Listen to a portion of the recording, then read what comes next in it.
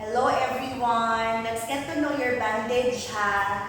So your triangular bandage is obviously a triangle. These are the parts. At the very top is called your apex, top of the bandage. At the bottom is called your base. And at the sides, kini siya, and this one right here, these are called obviously your sides. Dayon, these ones, kaning sa base ninyo, these ones are called your tips. Mauna siya inyong bandage. Now, kung open lang siya, just like this one, you call this open face. Okay? So, open face ni siya. Now, kung i-fold mo, if you're going to fold your apex, apex is on my right hand, and then i-meet mo si apex with the opposite, directly opposite siya, ang base, no? Imo siyang i-fold, you'll get, inana din siya, you'll get, siya na to, kana siya, you'll get what you call a broad cravat. Okay, broad cravat. Now, if you're going to fold this one more time, so fold na siya. If we're going to fold this one more time, paana, this is what you call a semi-broad. Semi-broad. Dayon, if i-fold pa dyan mo siya one more time, so, karon base to base na siya, fold pa dyan one more time, you'll get a narrow cravat. So, again ha, open face, i-meet mo si apex with the base directly below, meet niyo siya, you call that a broad cravat, like this. Kana. If i-fold pa dyan mo siya one more time, panaog, you call that semi-broad. If imo pa dyan siyang i-fold one more time, you call that as narrow cravat. Sa square knot nato, no? Okay, sayo na siya. Nakoy right dire, nakoy left dire. Okay, this is the right tip and the left tip. Now, ang square knot nimo is, the first one is right over left, meaning si right should be on top of the left, just like this one. So, ubos si left, taas si right. Okay? So, mo ni siya ang right, mo ni siya ang left. So, ubos si left, taas si right. Dayon, kung kinsay na sa taas, which is the right one, you bring that under, then through the loop, and then pull. So, that's the first step. Next is, right over left mo to ganina, karon left over right. This is my left, this is my right. Karon, si right ang ubos, si left ang taas. So, in this case, kung kinsay na sa taas, mooy munaog, and mo go through the loop, and then pull. Now, how do you know nga square knot siya? It looks like this. It's like a letter U. Okay? Sa luyo, mura sad siya og square. Mo nang gitawag siya square knot. Okay. Now, this is what you're going to do. Now, sa imong letter U, tan-awon nimo no naa kay duha ka tips din ha.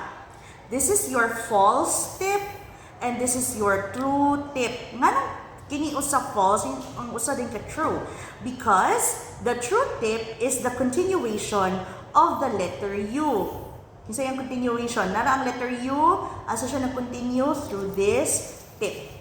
Now, a way for you to get to unravel the square knot is you're going to get the true tip. And where is it directing? Dadto siya paingon, right? Nara ang true tip, paingon siya dadto on the left. Now, you're going to grab the true tip. You're going to pull it really strongly towards the opposite side. So, grab the true tip, pull, okay? And then, you're going to hold on to this part, not so tight, okay? Just hold on to this, and the other hand will hold on to this part. And you're going to pull them apart, okay? Unravel. So that's your square knot. So, kailangan nato siya i-master kay it's a very tough knot knot, but it's really easy to unravel. It's a tough knot, but really easy to unravel. Let's go to the bandaging techniques. We will have a cephalocaudal approach. What does that mean? Meaning we're going to start at the head, dayon head to toes siya, or head to foot siya, no? So, the very first bandaging technique that we're going to do is called your top of the head. Top of the head, okay? So, ang top of the head is open face. So, for example, my model, si Ma'am Win, kay nag-beach. Dayon, kamulo siya, naglakaw-lakaw sa beach, nahulugan siya og niyog or buko. Bang! Diri ang hun, no? So, of course, before you put the bandage on, dapat na siya pressure dressing dara. So, may disinfectant and then pressure dressing. Then, after to secure the dressing, you will need your triangular bandage and perform top of the head. Okay. So, you use the base, you grab the base. Now, it depends ha, unsa kadako ang imuhang bandage. No? For example, if you have a smaller bandage than this, and then dako og ulo imuhang imuhang model or imong partner, ayaw na lang siya i-fold og kadaghan. Okay? However, if moderately sized ang iyang head or normal, okay lang ang size and head, and then dako imong bandage, you can fold the base maybe once or twice. Kamu bahala. So, fold it, you use your index and your thumb, and then you fold it towards you once or twice. Ana siya. So, it depends on you kung asa ka mag-fold. Pwede ra jud nga like this lang, very easy, or you can place it on a table and then that's when you fold. Now, the base, you're going to put it just above the brow, just like this one. Ana siya. And then, you pull the tips to the back. Okay. So, atong ilihok si Ma'am Win para makita ninyo ang likod. Now, what are we going to do at the back? We're going to crisscross applesauce the tips, just like this. Do not square knot ha, ayosa. And then, we're going to go, balik ta mash. We're going to bring the tips to the front and then tie it with a square knot. So, ang square knot, remember, right over left, left over right. Okay? And then, once you do the square knot, if there is an excess of the tips, just tuck the tips on the side. And then, let's turn sa likod. Diba na yung excess sa likod? So, what we're going to do is you're going to hold on to the front part, pull this, taut, T-A-U-T, taut, para tight siya, taut, para tight siya din, tuck it in here. Para mas tight pa jud siya. So that the pressure dressing here is secure. So it would look like this. So balik na sa front. So you make sure that everything is tucked accordingly para limpyo. Okay? Sige. That is, again, top of the head. Pause. Okay, next would be the eyes. Now, ang eyes, bahala the injury is either at the right or at the left. It does not matter. Dapat ang duha ka eyes ang matabunan. Ano man? If you notice, when you move one eye, you cannot move it with just one. No, dili pwede ako sa ka mata mo lihok ako sa kay wala, di ba? So, if you move your eyes, they always move together. So, if ever ma-injure ni siya, dahil imong gikuberan kini lang, so kini maglihok, so musamot ang samad diri sa imong right eye. So, dapat covered silang duha. But what distinguishes the side is the placement of the square knot. Now, for the eyes, we use narrow cravat. So narrow cravat, that's 3 folds, no? 3 folds. From apex to base, 3 folds. Now, it depends because if dakong ulo imong partner, dakong ulo, sige, pwede rin semi-broad. But in this case, narrow lang ta. Now, as I've said, we're going to cover both eyes. So, for example, sa eyes na karon, we'll use the right eye as the injured one. So you locate the center of your cravat, place the center of your cravat sa right eye, and then go to the back, crisscross lang sa luyo, walay square knot, crisscross, bring the tips to the front, and square knot sa right eye. Kay right eye man ang injured.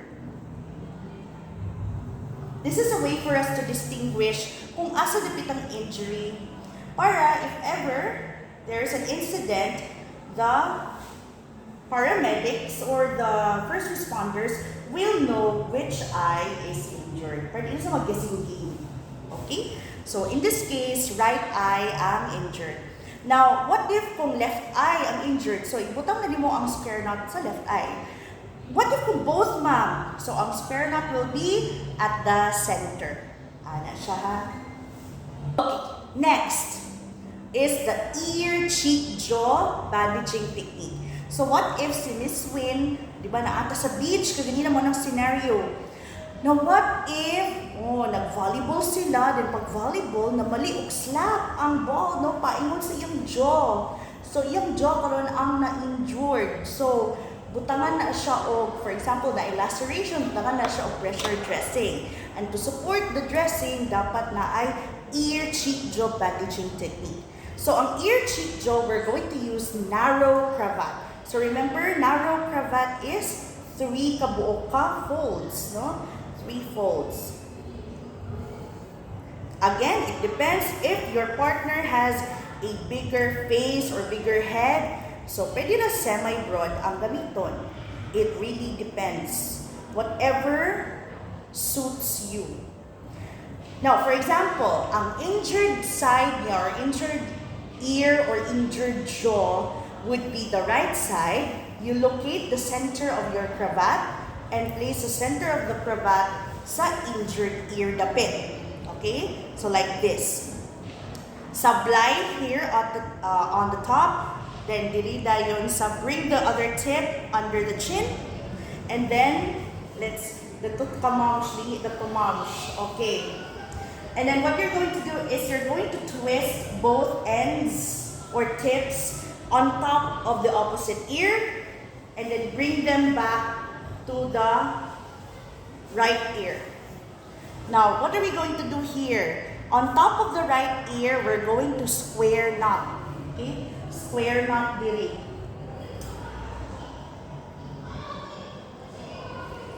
Square knot to ara. And the extra tips will be tucked in on the side.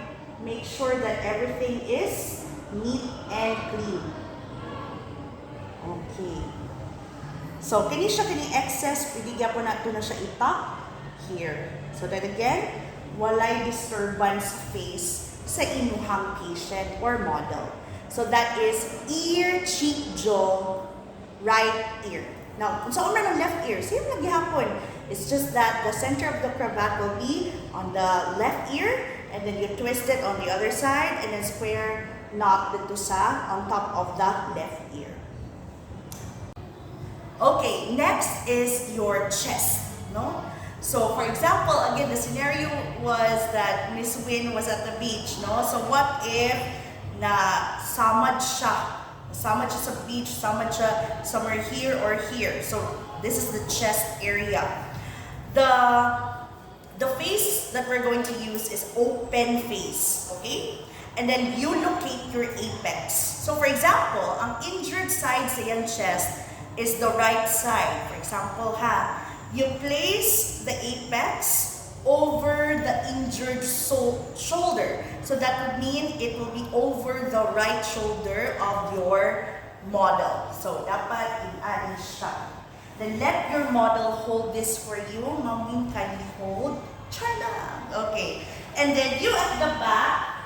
Okay. You insert yourself. And then you're going to fold the base.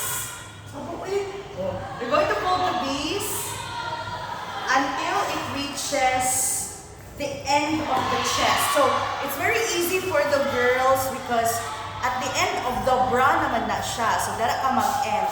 But for the men, it really depends, no? Kung asa na end ng chest. So, So you're going to roll it or fold it until you reach the end of the chest. So, like that. And then at the back, naatay duha ka tips, right? We have 2 tips here. We're going to square knot both tips. Asa ka ta mag-square knot?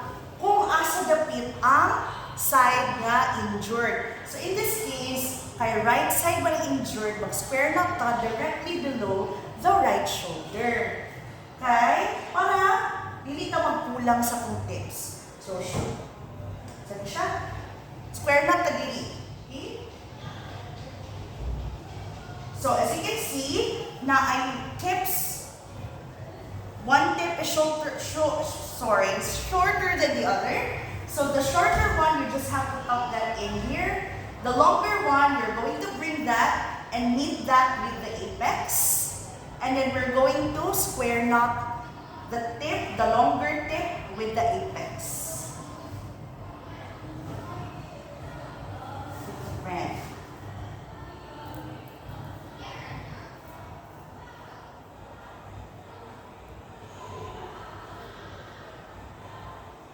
Okay, so at the back it would look like this, and in the front it would look like this.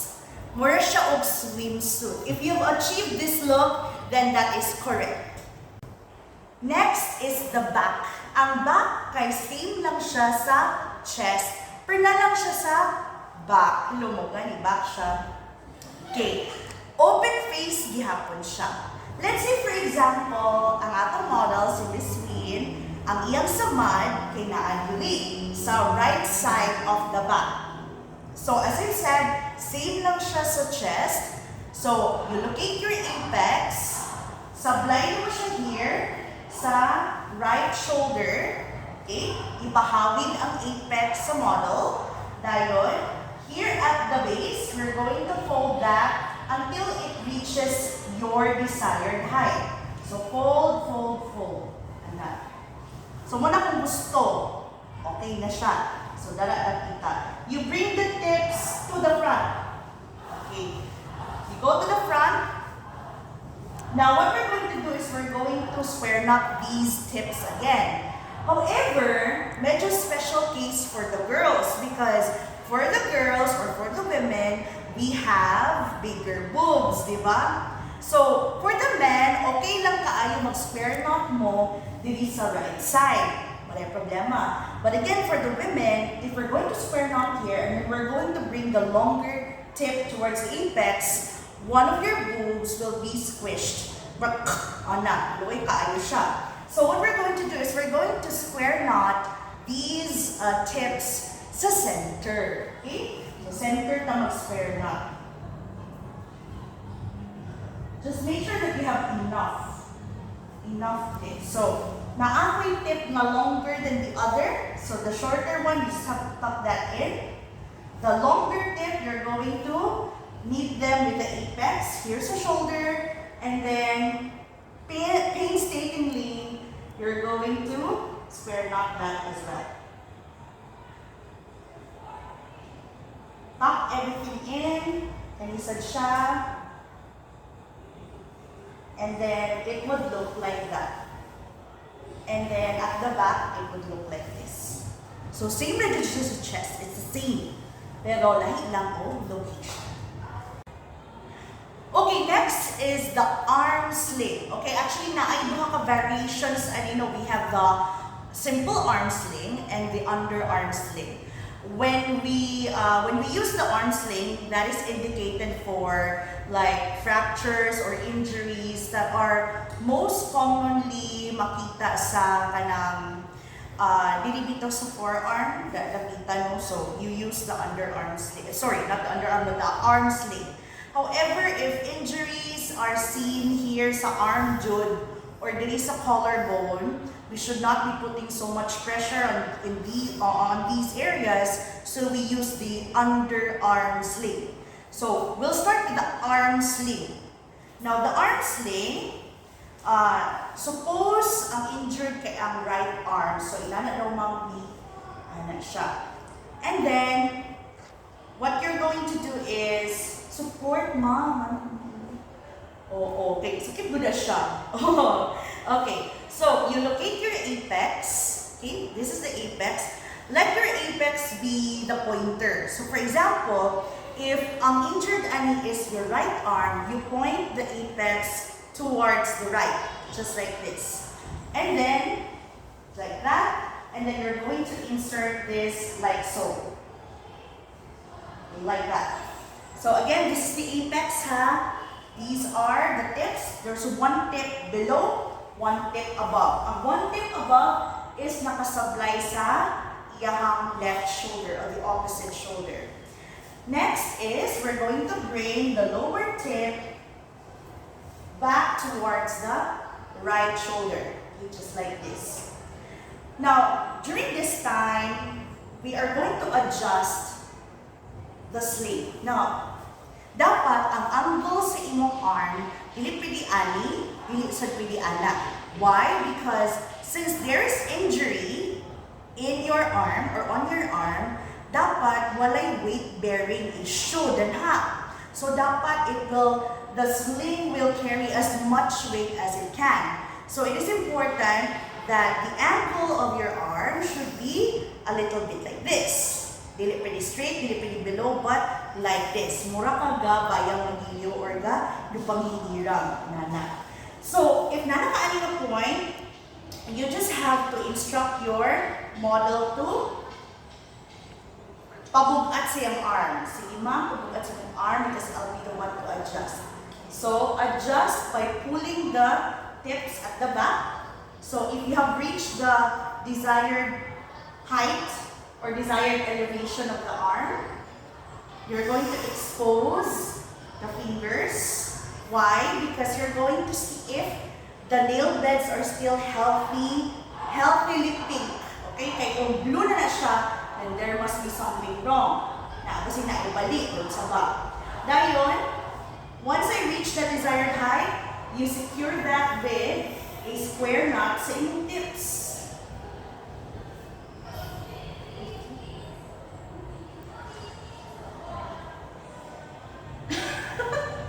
And then, naman kay extra nose, you just have to tuck that in. Hide lang. And then, here sa imuhang elbow, ang apex, ato na siya i-secure. No? So, we're going to knot that. Murag iced water. Pero kay, kung na may instances wherein an ice water knot is impossible because it's too short, tingali, you just have to twist that and then tuck that in dire. So, in ana din iyahang itsura. That's the arm sling. Okay. This is the second variation of the arm sling. This is the underarm sling. So, sa underarm sling, most of the time it is indicated for injuries that are found sa imong arm jud. Okay, kaganya kay forearm man to kay arm and clavicle, aka your collarbone. Okay, kung inato matud kanina, it pushes a lot of pressure sa imong collarbone, no? So karon we take that pressure out. Okay, so same lagyan pa ng procedure. For example, ang injured ani ni Ma'am Win is yung right collarbone. So because the collarbone, it bears a lot of weight. So when you see somebody who has an injury sa collarbone, they would usually do this as well. Ginani gyapon kay kini man gud ang connection sa collarbone. It's the heaviest part. No, so same lang gyapon. Locate your apex, point it to the direction of the injured arm. Insert like so. Like that. So this is the apex, no? This is the apex. That's a lower tip. There's another tip that is opposite shoulder. Then you take the lower tip. Instead of doing this, you're going to insert it sa ilok, okay? Sa armpit. So again, it does not put pressure here. So you're just going to get the other tip and then pull. Let your model just take the weight off. Masagdai. Then if you reach your desired height, you just have to knot it here. Square knot na dili.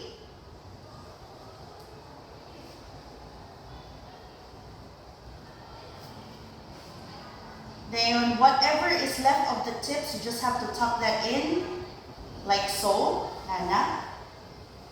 Clean. Okay?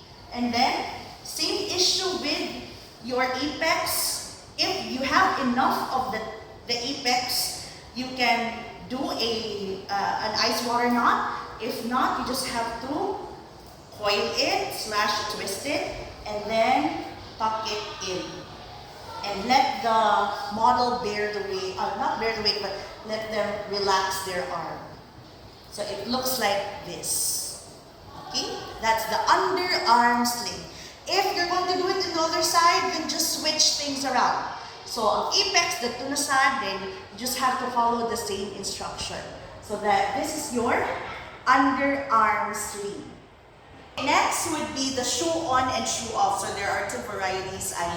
So the scenario usually is that nagka-injury ang imuhang model or imuhang patient, whether it be like a sprain, a strain, or something to do with your Achilles tendon, something to do with your ankle, basically.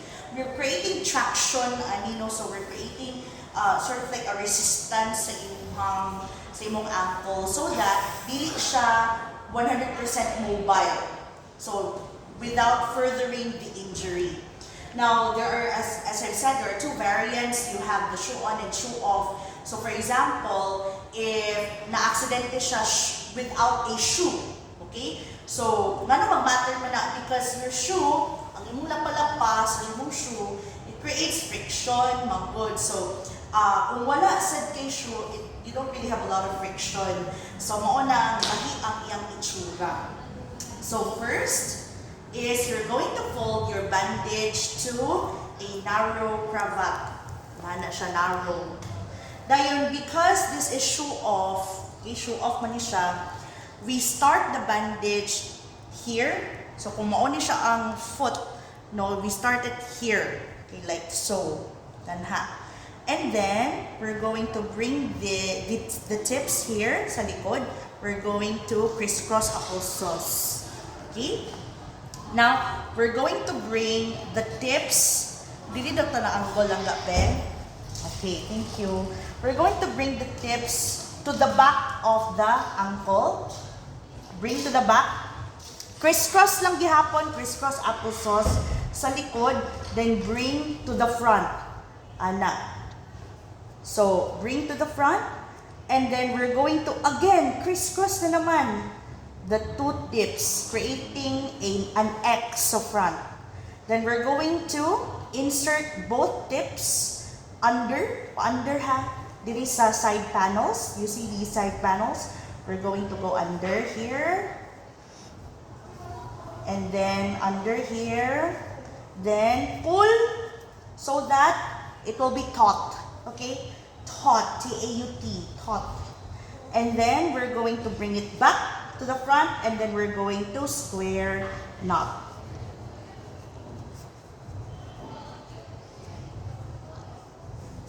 Okay, square knot secured. You tuck in these excess, tuck in the kilid, tuck in sa kilid, and that's it. That is what you call as shoe off. Okay? That's shoe off. So, makita dyan ninyo ang dapat during the return demo, I can see an X in front and a square knot here. Pause. Okay. Sa shoe on, we have resistance here sa lapalapa. No? So, we don't really need to wrap the bandage all around anymore. So, you're just going to bring the center of the bandage, center of the cravat, sa ilawom sa imuhang balls of your feet. Kanang balls of your feet, kana bitong, if mo ni imong toes, kaning underside niya, the ball of your feet. And then, you're going to bring the tips to the back, crisscross sa luyo, bring to the front, crisscross sa front, same yapon ganina. You bring the tips to the side, under the panel, the side panels, and then bring it back to the front. Pull para tight, and then square knot.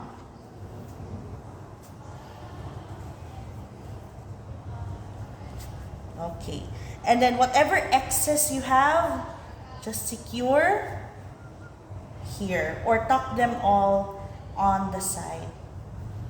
Okay, and that's what it looks like for the shoe on bandage. So dapat na ay X sa front and then na ay square knot right here.